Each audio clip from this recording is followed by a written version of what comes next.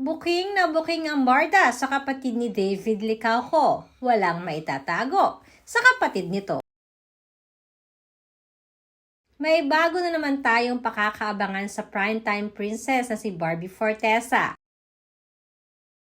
Dahil may bago na naman siyang project kasama ang head ng ABS-CBN na si Charo Santos.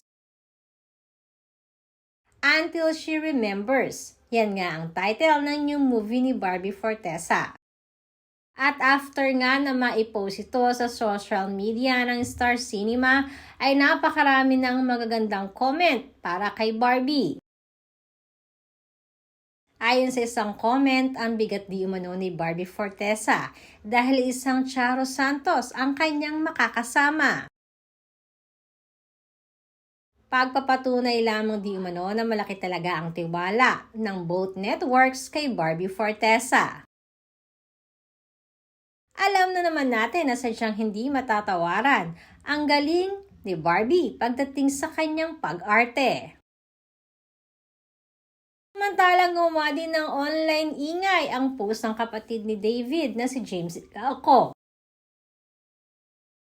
Dahil sa isang post na ito sa social media na every Monday di umano ay Barda Day.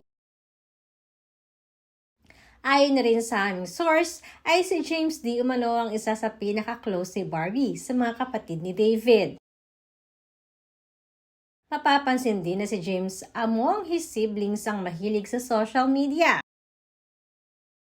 Kaya naman sinasabing updated ito sa mga kaganapan sa kanyang kapatid na si David.